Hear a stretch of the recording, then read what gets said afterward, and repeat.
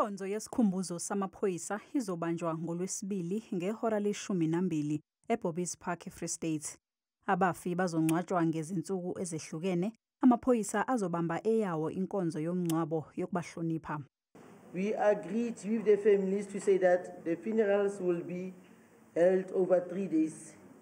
The funeral of Constable Senoge will be on Thursday. The funeral of Constable Linda will be on Friday. The funeral of Constable Base will be on Saturday.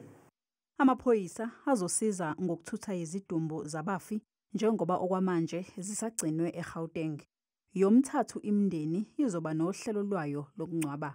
The Senoge one, the service is going to be held in the church. They got what we call the Misa. That's any service that churches will really conduct. Now, that's how they're going to conduct their funeral. When you go to Linda's family, they got a site already, Makengen burial site. They already have a site of the family. That's where they bury their loved ones. This one's base as well. They got their own site in Tabanchu. That's where they bury. So those are the issues that there was in no way now we can have a joint because there's traveling in between. And in order to give them a uniform service, we have to agree to what the family prefers. Imiphumela yokuhlolwa kwezidumbu ibingakakhishwa.